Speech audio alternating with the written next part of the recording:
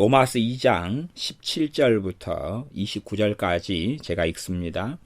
유대인이라 칭하는 너가 율법을 의지하며 하나님을 자랑하며 율법의 교훈을 받아 하나님의 뜻을 알고 지극히 선한 것을 좋게 여기며 너가 율법에 있는 지식과 진리의 규모를 가진 자로서 소경의 길을 인도하는 자요 어둠에 있는 자의 빛이요 어리석은 자의 훈도요 어린아이의 선생이라고 스스로 믿으니 그러면 다른 사람을 가르치는 내가 너 자신을 가르치지 아니하느냐?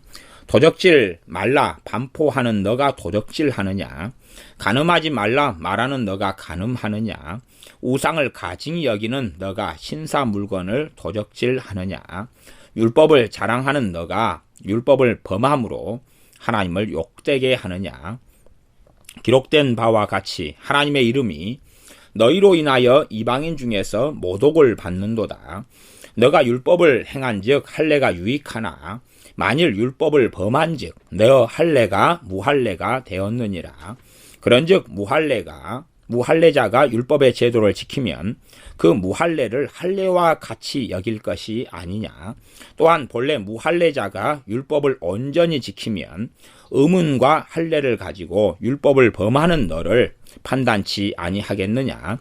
대저 표면적 유대인이 아니요 표면적 육신의 할례가 아니라 오직 이면적 유대인이며 할례는 마음에 할지니 신령에 있고 의문에 있지 아니한 것이라. 그 칭찬이 사람에게서가 아니요 다만 하나님에게서니라. 아멘. 하나님의 공정한 심판에 대해서, 공의로운 심판, 의로운 심판에 대해서 말씀하면서 지금 이제 유대인들의 문제를 이야기하고 있습니다. 실상은 유대인들의 문제만 이야기하는 게 아니라요, 한 범주 넘어서서 예수를 믿는다고 하는 사람들의 이야기를 함께 하고 있는 것입니다. 사실은 그렇게 이야기하고 있어요.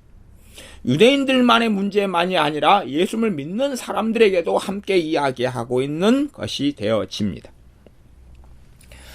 유대인과 헬라인의 차별성을 이야기할 수밖에 없고, 또한 하나님이 율법을 가지고 있다는 유대인들의 이야기를 할 수밖에 없기 때문에 유대인의 이야기를 합니다.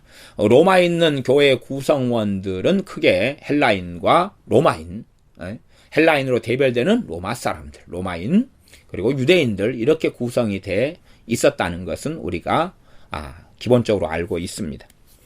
2장 17절 유대인이라 칭하는 너가 율법을 의지하며 하나님을 자랑하며, 유대인들의 현주소를 이야기하며, 유대인들의 현주소, 율법을 가졌고 하나님의 선민이라고 하고 하나님의 택한 이스라엘이라고 하는 유대인들의 현주소와 문제를 이야기하면서 지금 로마서 2장 17절부터 마지막 29절까지는 할례하고 율법의 가장 깊이 있는 의미를 사도 바울을 통해서 주님께서 말씀하고 계시는 것입니다. 이 사도 바울에게 이 복음의 전체적인 복음을 주신 분은 갈라디아서 1장에 우리 주 예수님이시라고 이야기합니다. 그 예수님으로부터 복음을 들을 때에 복음의 내용 속에가 율법이 무슨 기능을 하고 율법의 좋은 점이 무엇이고 율법을 받아서 유대인들은 어떻게 되고 이방인들은 어찌하고 또한 하나님의 심판, 공의로운 심판은 어찌 되고 복음은 이에 대해서 예수님의 의를 입은 믿는 사람들 복음으로 나타나는 의는 어떻게 되어지는, 그리스도인들은 어떻게 살아야 되는 이야기를 하고 있습니다. 지금 2장 17절부터는 유대인들에 대한 이야기지만 이 안에 깊은 속에는 그리스도인들에게 함께하는 이야기가 담겨 있다 그랬습니다. 물론 그렇지만 직접적으로는 그렇지는 않습니다. 직접적으로는 지금 여기서는 유대인들, 그 다음에 다시 복음의 핵심적인 것들을 계속 말씀하는 본문을 지나서는 뒤쪽 부분에는 이제 그리스도인인 너희들. 그렇기 때문에 지난 시간에는 로마서 14장 같은 본문을 다루면서 이제 예수를 믿는다고 하는 너희들, 판단하는 믿는 너희들 이야기를 하고 있는 본문을 우리가 미리 보았었습니다. 유대인이라 칭하는 너가, 그 너가는 그냥 특정인 어떤 개인을 말하는 게 아니라 너희들이 그런 말입니다. 불특정 다수라 이렇게 표현되는 국어 문법이라고 이해하시면 되겠습니다. 너희들이 율법을 의지하며 하나님을 자랑하며, 와, 율법을 의지한다 그 말이 율법을 가지고 있다 그 말입니다. 예수 믿는 사람들도 그렇게 이야기하잖아요. 아, 성경책을 가지고 있다. 하나님을 자랑한다 그 말이, 야, 하나님께서 우리의 하나님이다. 예수 믿는 사람들도 동일한 공통점이잖아요. 야, 하나님이 내 아버지야. 그렇게 자랑한다 그 말이, 그 마음을 가지고 있고 그렇게 살아가고 그렇게 말한다 그 말입니다. 특별히 예수를 믿는 사람들보다는 유대인들이 훨씬 더 이 부분이 강성했습니다. 실제로 예수를 믿는 사람들은 유대인보다도 좀 더 부끄러운 측면들이 사실은 많을 때는 많아요. 예수 믿는 사람들은 성경책 가지고 있는 걸 부끄러워 여깁니다. 성경책을 당당히 옆구리에 끼고 예배당에 가는 걸 부끄러워 여기는 믿는 사람이 참 많지 않습니까? 그러나 유대인들은 자신들이 율법을 가지고 있다는 것, 구약성경 율법을 가지고 있다는 것은 정말 당당하고 떳떳하게 자랑스럽게 수천 년의 역사 속에서 그렇게 자랑스러워 했습니다. 물론 그 율법, 하나님의 말씀을 지키느냐 지키지 않느냐는 제쳐놓고 하는 이야기입니다. 그냥 외면적으로는 율법을 의지하고 율법을 자랑했습니다. 하나님을 자랑했습니다. 지금 예수를 믿는 사람들은 예수를 자랑하지 않습니다. 내가 예수를 믿노라라고 자랑하지 않습니다. 그러니 사실은 이 유대인에 대한 이야기를 들으면서 예수님 믿는 우리들은, 야, 유대인들이 못된 사람들 같으니라고 하기보다 정말로 믿는 우리가 우리 자신을 반성해야 되는 메시지이기도 합니다. 우리는 하나님을 자랑하지 않습니다. 하나님을 믿는다, 하나님을 아버지로 섬긴다, 그러면 광신적이다, 회사에서 왕따 취급을 당하고 적당히 믿어라, 그렇게 될 수밖에 없지 않습니까? 우리는 하나님의 말씀 신구약을 다 가지고 있습니다. 회사에서 내가 성경책 읽는 모습을 보여주면 사람들이 회사까지 와서도 종교 생활하냐, 내가 밥 먹을 때 기도하는 모습을 진심을 다해서 1초, 2초, 3초는 괄시받고 천대받지 않습니다.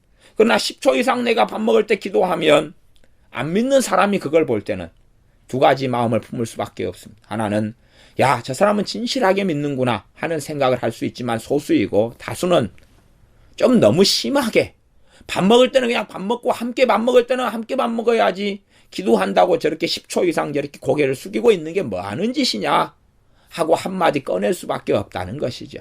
술자리에 가서 다 먹어라, 맥주 마셔, 다 교회 다니도 다 먹더라. 거기에서 내가 예수를 믿는다고 하나님을 정말 자랑할 수 있느냐는 것입니다. 최소한 유대인들은 입은 살아있었다 그런 이야기입니다. 유감스럽게 지금의 예수를 믿는 많은 사람들은 입도 안 살아있는 것이 되어집니다. 그래서 물속에 빠지면 붕어하고 대화는 안 되는 거지요. 뭐 뻐끔뻐끔 해야 되는데 입도 못 살아있는데 어떻게 하나님을 자랑하지도 않습니다. 우리 주 예수님을 자랑하지도 않습니다. 예수님이 길이요 진리요 생명이고 예수님을 통하여 하나님께 나아가는 길을 얻고 영생을 얻었는데 주 예수님을 자랑하지 않습니다. 사실은 그렇다는 이야기는 예수님을 즐거워하지 않는다는 이야기이기도 합니다.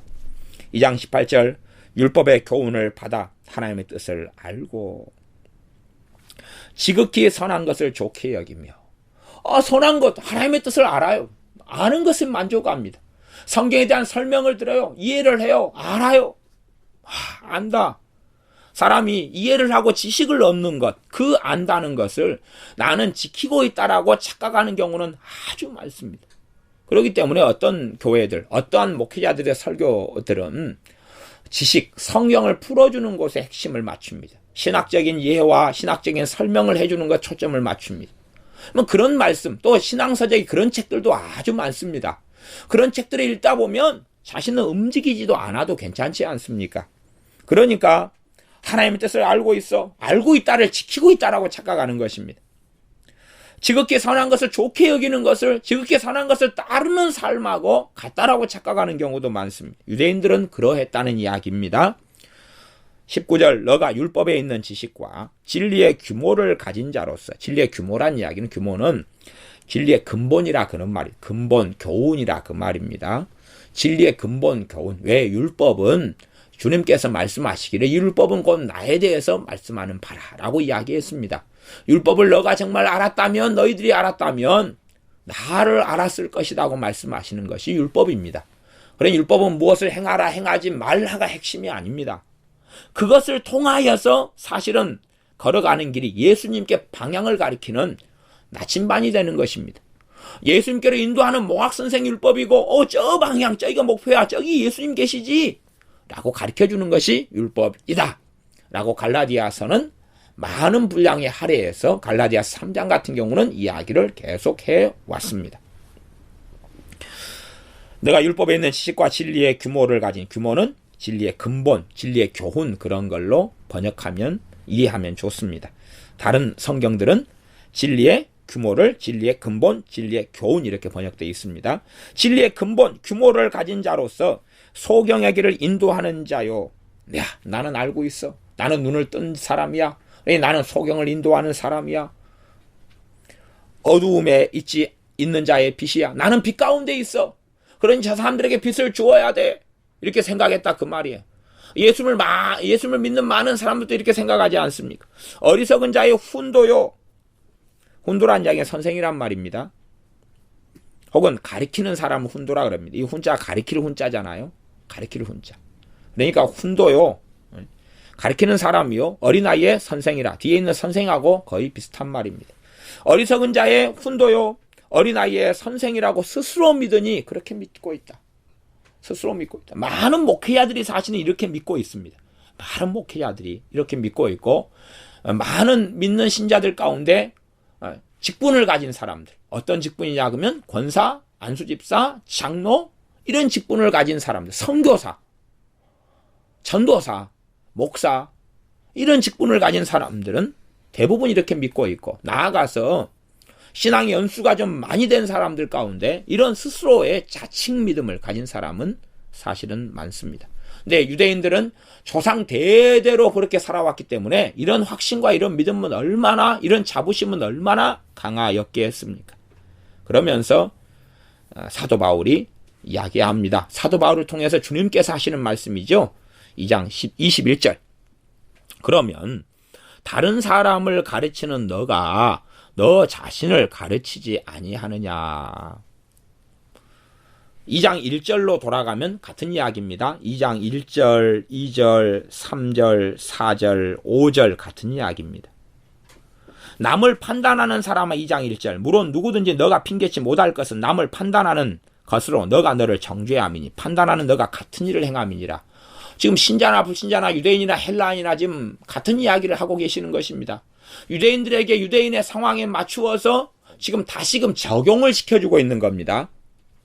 2장 1절부터 16절까지의 헬라인 유대인에게 동일하게 같이 말씀한 다음에 여기에는 헬라인 유대인 가운데 믿는 유대인, 율법 속에 그대로 살고 있는 유대인, 그다음에 믿고 있는 헬라인, 안 믿고 있는 불신자 헬라인 다 포함해서 이야기하고 있습니다. 하나님의 공의로운 심판에 대한 이야기를 하고 있으면서 지금 유대인들에 대해서 구체적으로 다시금 반복하고 있습니다. 유대인들에 대해서 반복하면서. 왜냐하면 로마에 있는 교회든지 초대교회든지 율법에 열심히 있는 소위 믿는다고 하는 유대인들이 계속하여 복음을 회방하고 심각한 문제를 교회들 속에서 야기해 왔기 때문에 유대인에 대한 문제와 유대인과 율법과의 문제와 유대인이 어떻게 살아가느냐 하는 문제를 실제적으로 다시금 설명해 줄 수밖에 없기 때문에 앞에서 했던 영적 원리를 가지고 남을 판단하는 사람이 같은 일을 행하는 그런 것을 가지고 지금 적용해서 다시금 말씀을 전해주고 있습니다.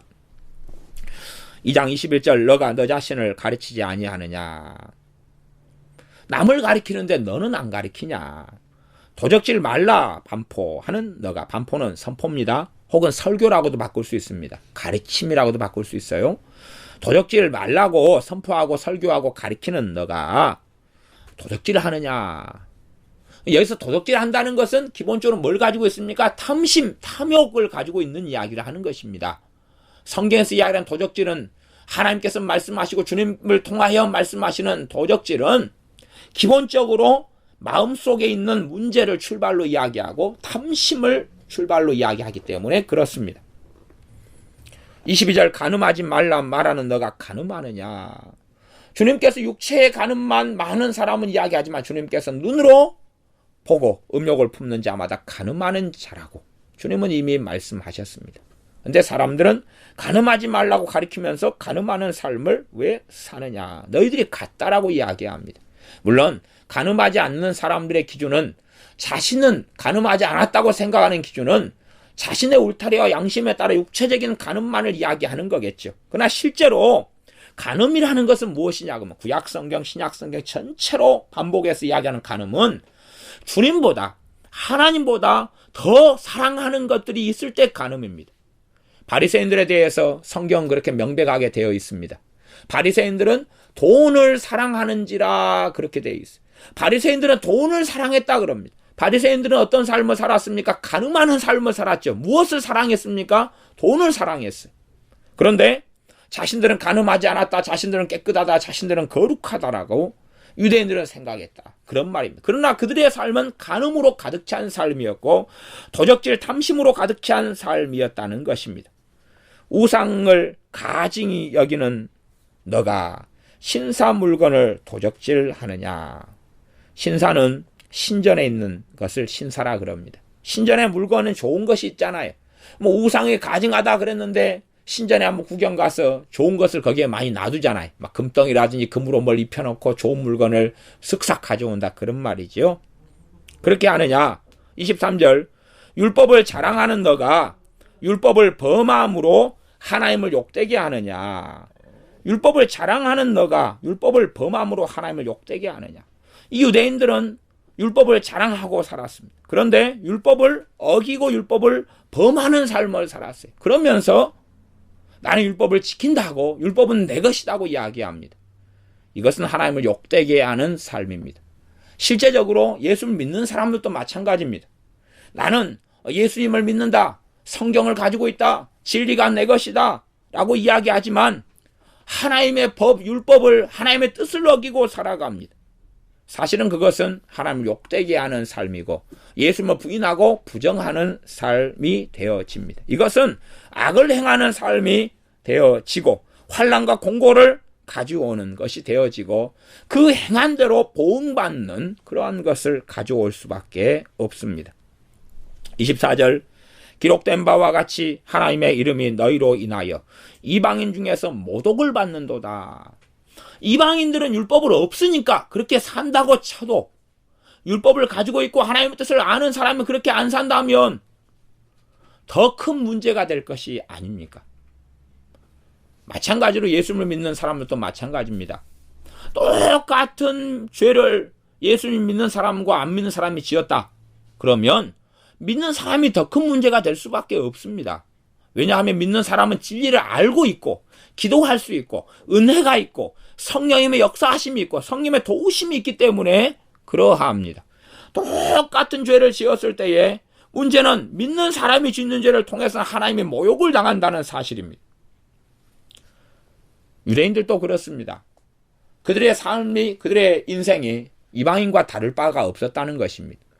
그들은 율법을 가지고 있고 하나님을 자랑했지만 그러나 이방인과 다를 바가 없었습니다. 꼭 예수를 믿는 사람이 더한다. 예수를 믿는데도 그 따위로 사느냐 하는 모욕을 예수님 믿는 사람이 듣는 것과 뭐 특별히 다른 점이 없습니다. 그래서 24절 하나님의 이름이 너희로 인하여 이방인 중에서 모욕을 받는도다. 이제 이 시대는 또한 과거의 디아스포라 흩어진 유대인들이 흩어진 하나님을 믿는 사람들이 이방 사람들과 모여 살았을 때에 또한 지금 현재 예수를 믿는 사람들이 안 믿는 사람 불신자들과 함께 가정생활을 하고 형제, 가족, 이웃으로 살아가고 있을 때에 믿는 사람들의 삶을 통하여 하나님의 모욕을 당한다고 이야기합니다. 하나님을 모욕하는 것이 악을 행하는 것이죠. 그래서 로마서 2장 9절에 악을 행하는 각 사람이죠.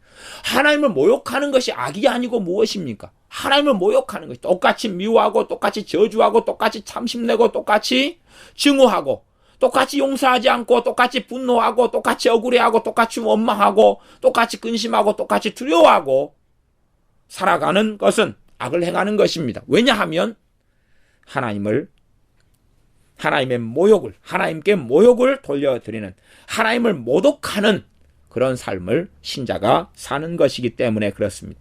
유대인들은 그렇게 하나님을 모독하는 삶을 살아왔다는 것입니다.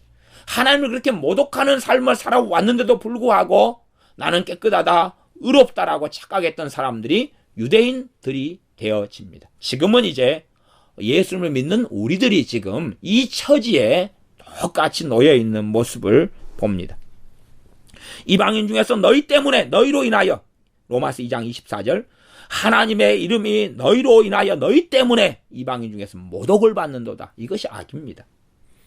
2장 25절 너가 율법을 행한즉 할례가 유익하나 만일 율법을 범한즉 너 할례가 무할례가 되었느니라. 지금 할례는 유대인들이 가장 중요시 여기는 것이 할례입니다. 하나님의 백성의 표지예요. 지금 예수 믿는 사람들이 이제 세례라는 것을 크게 중요시 여기지는 않습니다. 하지만 실제로 과거에 어떤 때는 천주교 같은 경우는 세례를 굉장히 중요시 여깁니다. 지금도.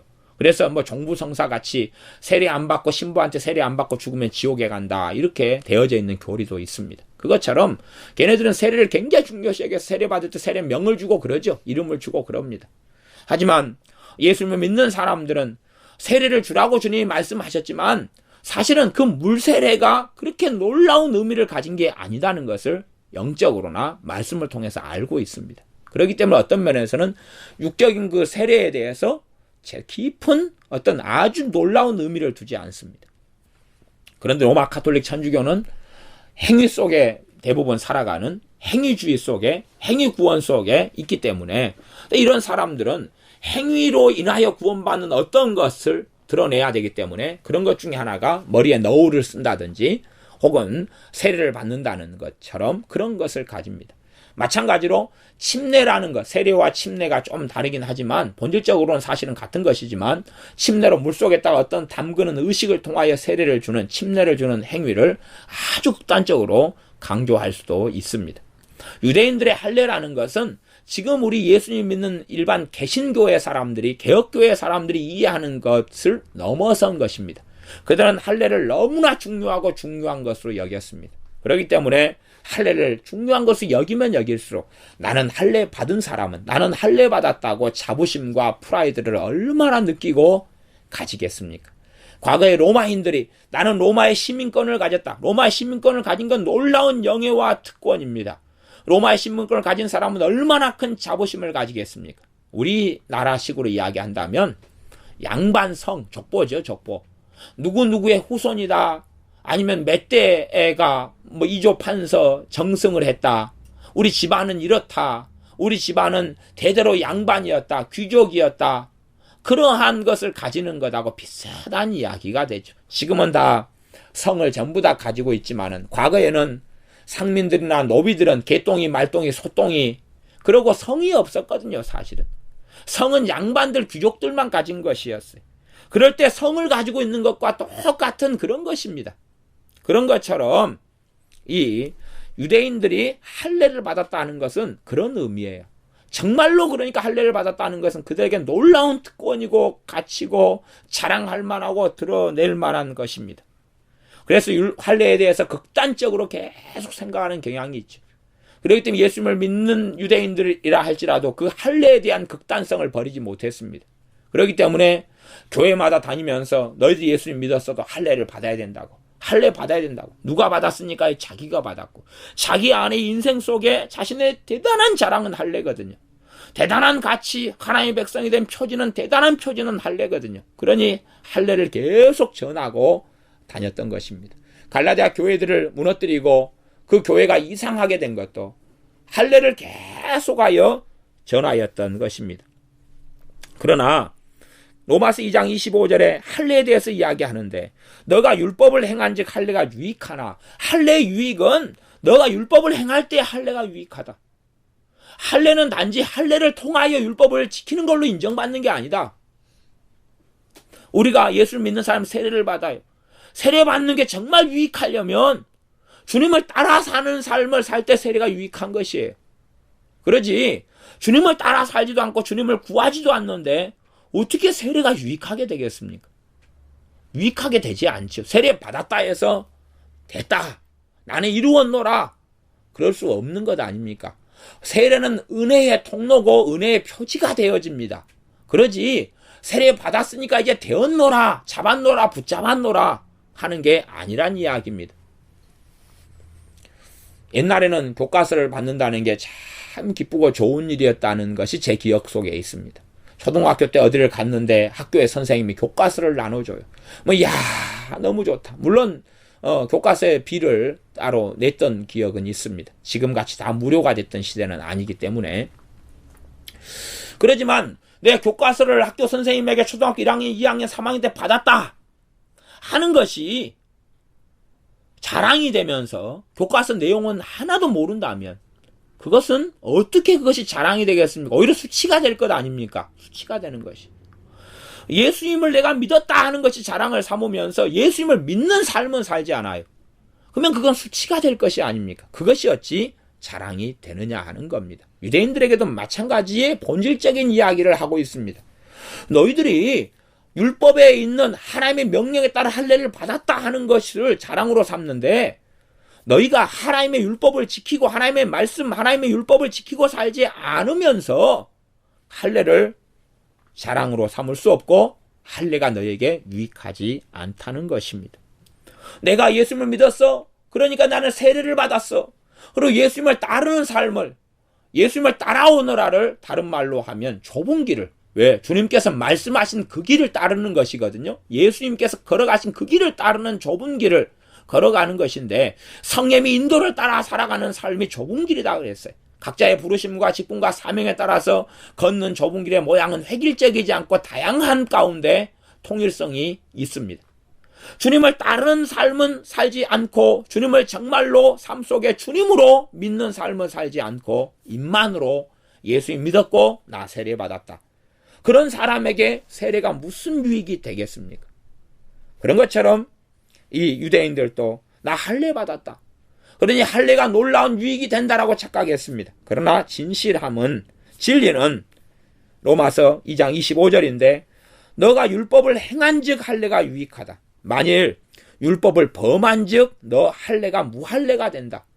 무할례가 된다는 것은 율법을 너가 어기고 살면 할례는 효력이 없다는 것입니다. 할례의 효력과 유익이 어떨 때 나타난다고 이야기합니까? 율법을 지키고 행할 때 나타난다고 이야기합니다. 율법을 행하는 중심에는 하나님을 경외함이 있습니다. 하나님을 즐거워함과 하나님을 사랑함이 있습니다. 그렇기 때문에 성경은 반복적으로 하나님을 경외하라, 하나님을 즐거워하라, 하나님을 사랑하라, 마음을 다하여 뜻을 다하여 성품을 다하여 하나님을 사랑하라 그럽니다.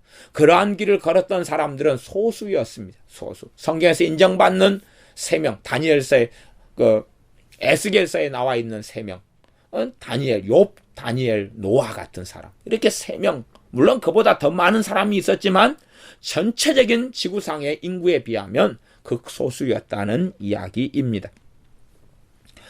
26절, 그런즉 무할례자가 율법의 제도를 지키면, 이제 무할례자, 할례 받지 않은 사람들이 이야기를 합니다.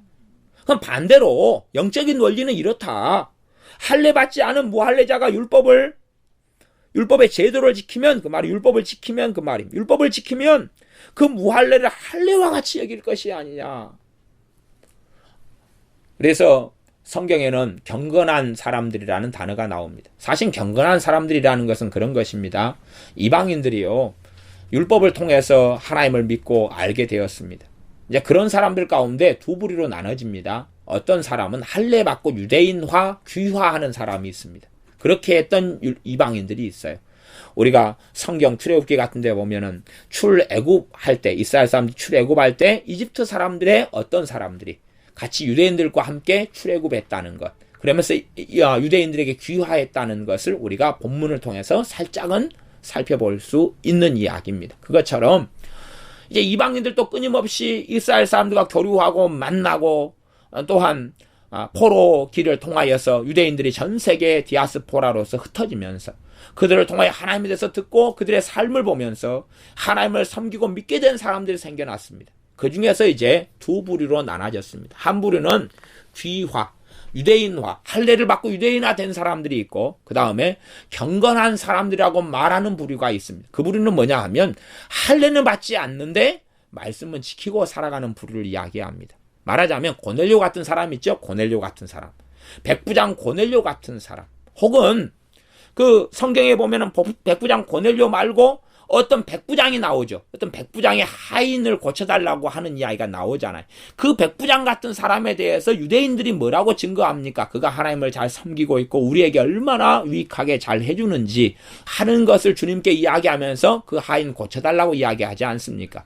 그리고 백부장의 믿음에 대하여 주님께서 이만한 믿음을 이스라엘에게서 보지 못했다고 말씀하지 않습니까? 그러한 백부장 같은 혹은 나중에 백부장 고넬료 같은 이런 사람들을 경건한 사람들이라 그럽니다. 그러나 그 사람들은 할례를 받지 않은 사람들입니다. 할례를 받았다 하는 이야기는 유대인화되고 귀화했다는 이야기입니다. 그러나 이 사람들은 이방인으로 그대로 남았습니다. 그럼에도 불구하고 그들은 무엇을 지켰습니까? 율법을 지켰지요. 하나님을 경외했다는 이야기입니다. 율법을 지키고 하나님을 경외한 삶을 살았습니다. 이런 사람들에 대하여 26절이 뭐라고 이야기하냐 그러면 이 무할례자가 율법의 제도를 지키면 그 무할례를 할례와 같이 여길 것이 아니냐. 하나님께서는 그렇게 여기신다는 이야기입니다. 그들이 율법을 지키고 살아가는 삶에 대하여 그 삶을 살면 그들이 할례를 받은 것으로 하나님은 여기신다는 이야기입니다. 마찬가지죠.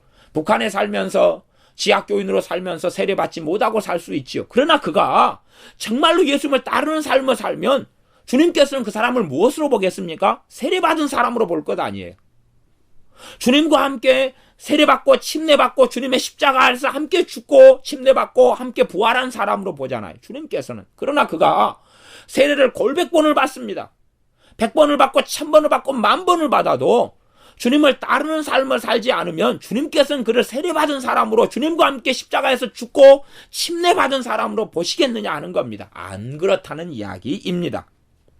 그래서 제가 서두에 유대인이나 그리스도인이나 함께하는 말씀이고 이야기라고 제가 하면서 지금 설명하고 있는 것입니다.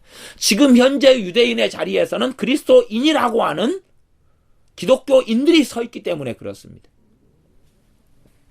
과거에는 유대인들이 했던 일, 디아스포라처럼 흩어져 가지고 고넬료처럼 이방인들에게 하나님을 전하고 알리는 일을 하나님의 섭리에 따라서 했다면 스데반 집사님의 순교를 통하여서 예루살렘의 교인들이 싹 흩어져서 디아스포라가 되어져서 각각마다 가는 곳마다 복음을 전하고 예수님을 전하고 교회를 세우고 예배당 건물을 세우고 건물 이전에 사실은 초대교회는 건물을 세우는 건물 중심의 교회는 아니었습니다. 교회를 세웠다는 것은 건물을 세웠다는 이야기는 아닙니다. 그래서 가정교회가 중심이 되죠. 가는 곳마다 모이고 주님을 전하고 기도처를 만들기도 하고 함께 예배드리면서 주 예수님을 전했습니다. 이제 그들의 삶이 과거에 유대인들이 했던 사실은 유대인들의 하나의 사명 중에 하나였는데 유대인들이 이스라엘 사람들이 사명을 감당하지 못했기 때문에 심판을 통하여 사명을 조금이라도 감당할 길을 열어놓으신 것이 포로기입니다. 포로기를 통하여 회당을 만들고 하나님의 말씀을 전하게 하고 이방인들도 하나님의 말씀을 율법을 듣도록 기회를 주시는 것이 포로기 때 벌어졌던 일이고 그것이 사실은 하나님께서 이방인들을 통해서 유대인들을 통해서 이방인들에게 주시고자 하셨던 것입니다. 마찬가지로 예루살렘 교회에서 가만히 머물고 있으면서 사도들이 예수 믿는 사람들이 3,000명, 5,000명의 유대인들이 돌아오면서 나만 좋아, 우리만 좋아, 구원은 우리들의 것이야 라고 취해 있을 때에 하나님께서는 스데반 집사님 순교를 허락하시고 그리고 핍박받고 환난을 교회가 받는 걸 허락하셔서 전 세계에 믿는 사람들을 흩어버리셨습니다. 그리고 복음을 증거하고 전하게 하셨다는 사실입니다. 2장 27절 또한 본래 무할례자가 율법을 온전히 지키면 할례 안 받은 사람이 율법을 온전히 지키면 의문과 할례를 가지고 율법을 범하는 너를 판단치 아니하겠느냐. 의문은 율법 조항을 의문이라 그럽니다. 율법의 문서, 율법 조항, 율법 조문 그것과 할례를 가지고 야 봐라 할례 받았으면서 너희가 그따위로 살았느냐. 하나님 율법 봐봐 이 조항이 이렇게 있지 이렇게 율법 조항이 있는데 왜 이걸 어기면서 살았어? 이런 판단을 너희가 받지 않겠느냐 말씀합니다. 그러면서 진실한 유대인이 어떤 유대인이냐 진실한 유대인이 어떤 유대인이냐 그러면 앞에 했던 말씀에 비추어 보면 어떤 이방인이 율법을 지키면 율법을 지키고 살면 하나님은 그 사람을 할례 받은 사람으로 본다 그랬죠. 그럼 할례 받은 그 사람이 누구예요? 유대인이에요. 유대인이에요. 그러니까 이방인들도요, 할례를 받으면 귀화돼서 유대인이 되는 거거든요. 할례를 통해 유대인이 되는 거, 이방인이요. 그래서 그 사람은 유대인들이라도 유대인으로, 이방인으로 취급하지 않고 유대인으로 취급해 줍니다. 마찬가지로 본래 하나님의 말씀은 구약이든 신약이든 같았어요. 육적인 이스라엘은 이스라엘이 아니었어요. 하나님 눈에는. 육적인 이스라엘 속에서 진정한 하나님을 경외하는 사람들만 하나님은 이스라엘로 보셨던 것이에요. 육적인 이스라엘이고 아브라함의 후손들이었지만 그들이 하는 기도를 하나님은 전반적으로 받지 아니했어요. 그리고 참된 이스라엘인 하나님께서 자신의 선지자들을 보내셨을 때는 육적인 이스라엘이라고 하는 사람들이 누구를 죽입니까? 선지자들을 다 죽여왔어요. 내 아들을 보내면 공경하리라 했더니 아들을 보내셨더니 누구도 죽였습니까? 아들도 죽였습니다. 그들은 이스라엘이 아니었으니까요. 그들은 유대인이 아니었으니까 그렇습니다. 육적인 유대인이 하나님 볼 때 유대인이 아닙니다. 그래서 제가 광적으로 이스라엘주의에 빠지거나 광적으로 유대인주의에 빠지는 위험성을 언급할 수밖에 없는 것입니다. 왜냐하면 갈라디아서나 로마서 같은 명백한 복음을 본다면, 정상적으로 명백하게 본다면 이상한 환상과 생각에 사로잡히지 않을 거기 때문에 그렇습니다. 유대인들에게 로마 카톨릭이나 기독교가 피해를 많이 끼쳐왔습니다. 그들을 억압했고 탄압했고 죽여왔습니다. 그리고 유대인들도 구원을 받아야 될 대상이 됩니다.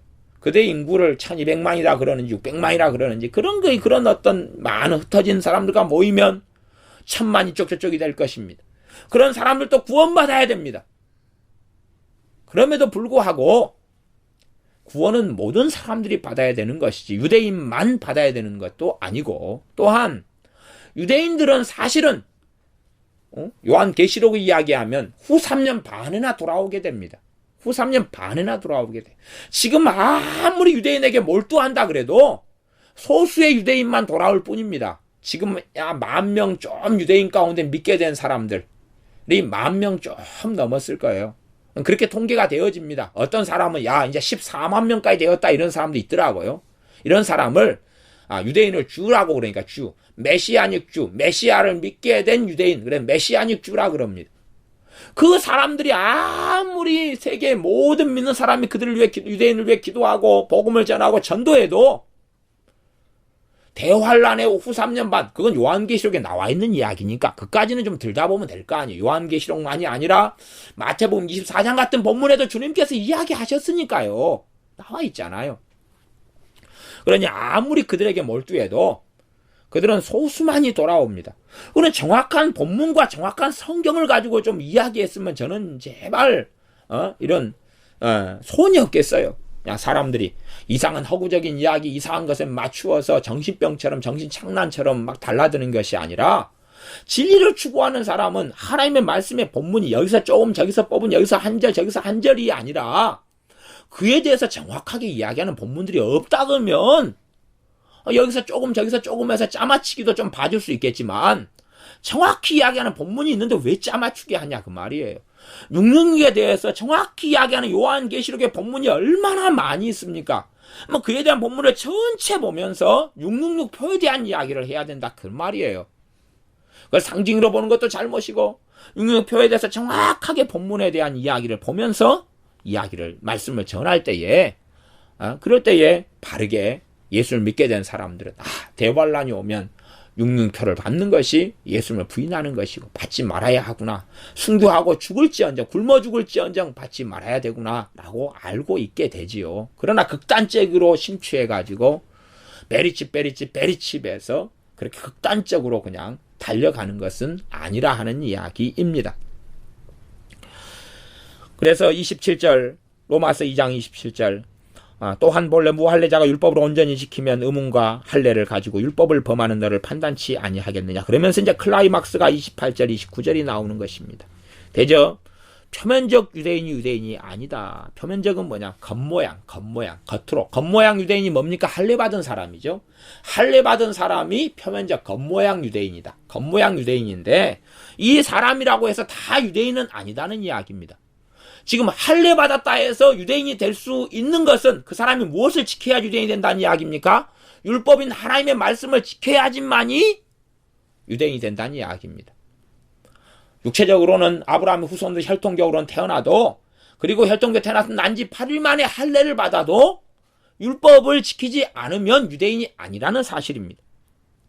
표면적 육신의 할례가 아니다. 겉으로 아는 할례가 아니다. 그래서 하나님께서 할례를 정하신 것은, 육신의 할례를 하라고 하나님께서 율법에 명하신 것은 무슨 할례를 받으라고 정하신 거겠습니까? 마음의 할례를 받으라고 말씀하신 것인데 유대인들이 그것을 깨닫고 이해하지 못했다는 이야기입니다.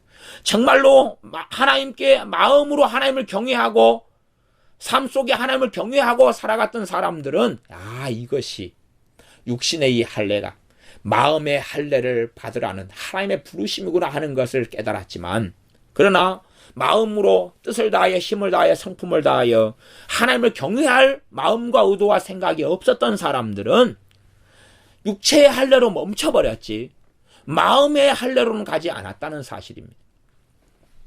예수를 믿는 사람도 마찬가지입니다. 육체의 세례로 그쳐버린 사람들이 얼마나 많습니까? 마음의 세례가 아니라, 세례라는 것은 본래 침례의 의미입니다. 담궈버리는 것이죠. 세상에 대해서 내가 죽었다고 선언하는 것입니다. 예수님 안에 내가 들어갔고 예수님 안에 다시금 태어났다는 것이 세례입니다. 물속에 들어갔다가 나오는 것을 통하여 새롭게 거듭났고 태어났다는 것을 이야기합니다. 그러니 정말로 내가 받은 세례가 정말로 가치가 있는 것이 되려면, 그게 진실한 세례가 되려면 마음의 세례를 받지 않는 사람이 어떻게 내가 육적으로 받는 세례가 생명 있는 세례가 되겠습니까? 그러니 어떤 정신 나간 사람이 세례 증서를 가지고 흔들면서 나는 세례 증서가 있으니 구원받았다 하는 것이 광증에 있는 로마서 2장도 제대로 보지 못하는 미친 소리가 되지 않겠습니까? 마찬가지로 세례 증서는 태워지고 없어질 수 있지만 육신의 할례 받는 것은 안 없어지잖아요. 그대로 육체의 표시로 남잖아요. 목욕할 때마다 자기의 할례 받은 걸 들다보지 않습니까?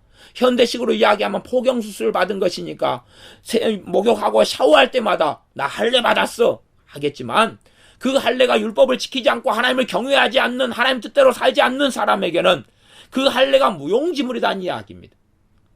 예수님을 믿습니다. 주여 주여 하지만 하나님의 뜻을 행치 않는 사람에게 그가 주여 주여라고 외치는 것은 무용지물이라고 주님께서 이미 마태복음 7장에서는 말씀해 오셨습니다.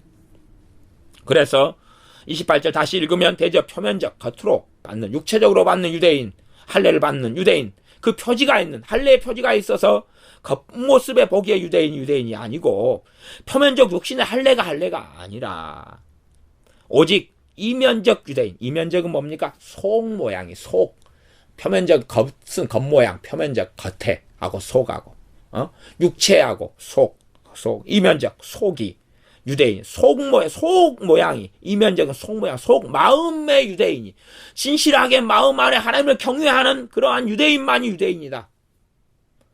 정말로 지금 유대인 가운데 진실한 유대인은 얼마 없습니다. 왜냐하면 마음으로 하나님을 경외하고 섬기는 사람 예수님을 믿었을 거기 때문에 그러합니다. 이면적 유대인이 유대인이며 할례는 어디 할지니 마음의 할지니라고 이야기합니다. 하나님의 복음의 진리의 선언은 이렇습니다. 할례는 마음에 해라는 것입니다. 그런다 해서 육신으로 받는 할례를 성경 율법에서 없앴던 것은 아닙니다. 지금 현재 할례를, 세례를 마음에 받아라 그러면서 실제로 받는 세례를 무용지물 시키는 건 아닙니다. 둘 다 중요한 것입니다.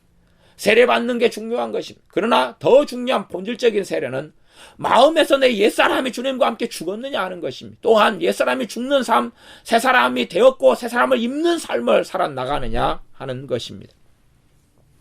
할례는 마음에 할지니 신령에 있고 의문에 있지 아니한 것이라. 신령은 영입니다. 영에 있고, 영은 마음의 가장 깊은 사람의 본질, 사람의 가장 중심을 영이라 그럽니다. 그러니 할례는 어디에 있다고요? 신령에 있다. 마음에 할지니 신령을 마음이라고 봐도 큰 문제는 없습니다. 사람의 가장 영과 혼과 육 가운데 가장 중요한. 그리고 그러지 의문에 있지 않다. 의문이라는 건 조항, 문서, 율법이라는 이 문서, 책, 여부분의 근거가 있는, 겉모양의 근거가 있는 게 아니다. 그 칭찬이 사람에게서가 아니요 다만 하나님에게서니라. 사람은 겉모양만 보고 칭찬하잖아요. 몸에 할례 받았으니까 너 유대인이다 그러지만 칭찬하시는 분이 하나님이시다면 하나님은 무엇을 보신다는 이야기입니까? 중심을 관찰하시고 마음을 감찰하시고 그 영의 음성과 영의 탄식과 영의 소리를 들으시는 분이 하나님 아닙니까? 그렇기 때문에 칭찬을 사람에게서 받고 인정을 사람에게서 받는다 그러면 사람들은 얼마나든지 속일 수 있다는 이야기입니다. 그러나 칭찬이 인정하시는 것이 하나님에게서 나기 때문에 오직 하나님에게서 나는 칭찬만이 진실하고 진리이며 사실이기 때문에 그 칭찬은 하나님께서만 하신다는 이야기가 되어집니다. 그래서 우리가 유대인이라 할지라도 율법을 안 지키면서 겉모양으로 할례를 받았다 해서 유대인이라고 결코 주장할 수 없다. 왜냐하면 너희가 유대인이면서 유대인답게 살지 않고 율법을 따라 살지 않는 너희가 하나님 앞 유대인으로 인정받을 수 없고 선민으로 인정받을 수 없다는 것입니다. 그러나 이방인이라 할지라도 하나님의 뜻인 율법에 따라서 고넬료처럼 백부장처럼 살아온다면 하나님 앞에 섰을 때 참 이스라엘이고 유대인으로 인정받는다는 사실입니다. 그것이 하나님의 공정한 심판에 대한 이야기를 하는 가운데 유대인에 대한 심판을 이야기하고 있는 것입니다. 유대인들은 그렇게 해서 유대인들도 심판받을 것이다. 정말로 겉으로 혈통적으로 부모가 조상이 아브라함이고 할례를 받아왔고 시킨 대로 해왔기 때문에 그러니 천국이야 구원이야 나는 심판을 면하게 될 거야 노아 분이 아니라 나는 영생을 얻을 거야 그렇게 착각을 유대인들이 주님께서 이 땅에 오셨을 때에 너무나 많이 했지만 그러나 그런 겉모양으로 심판받는 것이 아니고 이면적 유대인 속모양으로 심판을 받는다는 것입니다. 하나님은 마음을 감찰하신 분이며 하나님은 외모로 사람을 취하지 않기 때문에 그렇다는 이야기입니다. 그래서 어떤 면에서는 로마서 2장 11절 이는 하나님께서 외모로 사람을 취하지 아니하심이니라는 이야기를 유대인에 대한 이야기를 하면서 유대인과 율법에 대한 이야기를 하면서 설명하고 계시는 것입니다. 그러므로 우리가 겉으로 내가 예수님 믿어 성경책 옆구리에 끼고 나 예배당에 나가 나는 세례를 받았어 성찬식에 참여해 나는 겉모양으로 나는 누구누구 집사야 누구누구 권사야 누구누구 목사야 누구누구 선교사야 라는 것이 하나님 앞에 인정을 받는 것이 아니라 하나님께서는 외모로 사람을 취하지 아니하시기 때문에 그런 타이틀이 나를 하나님 앞에 세우지 못하는 것입니다. 정말로 내가 세례받는 세례 증서가 내가 누구에게 안수받은 안수집사로 장로로 목사로 선교사로 안수받은 그것이 하나님 앞에 나를 세우지 못하는 것이고 정말 내 중심 안에서 예수님을 사랑하며 예수님의 진리를 가지고 예수님을 따르는가가 하나님께서 나를 보실 때에 너가 참 이스라엘이냐 너가 참 유대인이냐 라고 보실 때에 너가 참 이스라엘이다 라고 말씀하신다는 사실입니다. 기도하겠습니다. 아버지 하나님 유대인의 오랜 역사가 이스라엘 사람들의 오랜 역사가 하나님을 자랑하고 율법을 자랑하지만 율법을 행하지도 않고 준행하지도 않고 겉모양만 할례를 받고 겉모습만 보이지만 속에는 이방 사람들과 동일한 삶을 살면서 하나님을 모독받게 하는 삶을 살았던 유대인의 역사를 봅니다. 이와 마찬가지로 우리가 예수님을 믿는다고 하지만 겉모양은 성경책을 끼고 찬양을 하고 할렐루야 하고 노래하고 찬양하지만 내 속모양이 어떠한지 우리의 중심이 어떠한지를 하나님께서 보시며 우리가 주님의 심판대 앞에 서야 될 것이오매 우리가 주님의 진리의 말씀을 시간과 세월이 있기 때문에 주님의 진리의 말씀을 우리의 마음을 양육하고 성령 하나님의 도우심을 받아서 주님을 따르는 믿음의 길을 정말로 예수님을 믿고 예수님을 사랑하는 우리라면 그 길을 걷게 하여 주시옵소서.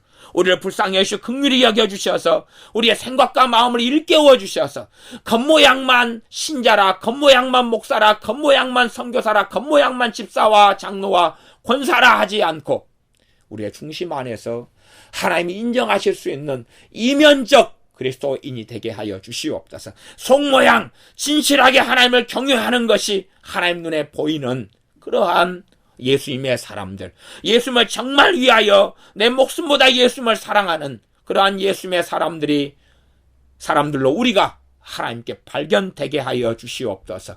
예수님의 이름으로 기도하옵나이다. 아멘.